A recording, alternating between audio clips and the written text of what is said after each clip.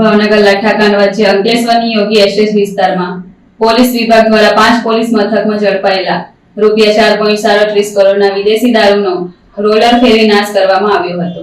અંકલેશ્વર ડિવિઝનના શહેર A division, B division, rural, Panoli અને હાસોટ પોલીસ મથકમાં 140 ગુનાઓમાં ઝડપાયેલા વિદેશી દારૂના જથ્થાનો યોગી એસ્ટેટ વિસ્તારમાં નાશ કરવામાં આવ્યો હતો।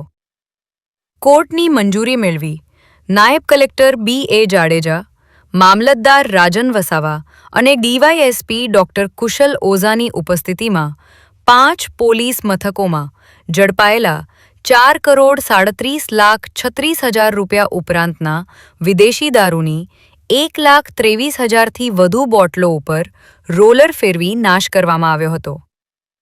વિદેશી દારૂના નાશની કાર્યવાહી દરમિયાન 5 પોલીસ મથકના પીઆઈ અને પીએસઆઈ સહિતનો પોલીસ સ્ટાફ હાજર રહ્યો હતો। આજે તારીખ 21 ઓગસ્ટના રોજ અંકલેશ્વર સબ ડિવિઝનમાં સમાવેશ 5 પોલીસ સ્ટેશનોનો 4 કરોડના મુદ્દામાલના નાશની પ્રક્રિયા હાથ ધરવામાં આવેલ છે, જેમાં excise department, police department, revenue તમામ હાજર રહી અને આ પ્રક્રિયા હાથ ધરેલ છે। તથા એસપી ભરૂચ સાહેબની સૂચના અન્વયે આજરોજ અંકલેશ્વર ડિવિઝનના 5 પોલીસ સ્ટેશનના 140 જેટલા ગુનાઓના પ્રોહિબિશનનો મુદ્દામાલ જે છે, જેની કિંમત લગભગ 4,37 લાખ જેટલી થવા પામે છે, જેમાં અંદાજે 1 લાખ જેટલી પ્રોહિબિટેડની લીકરની જે બોટલ્સ છે તેનો મુદ્દામાલનો નાશ કરવાનો કાર્યવાહી હાથ ધરવામાં આવી હતી।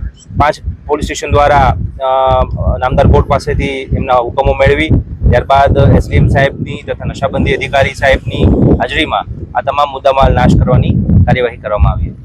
AB48 ન્યૂઝ ગુજરાત સાથે ધર્મેશ રાણા, અંકલેશ્વર।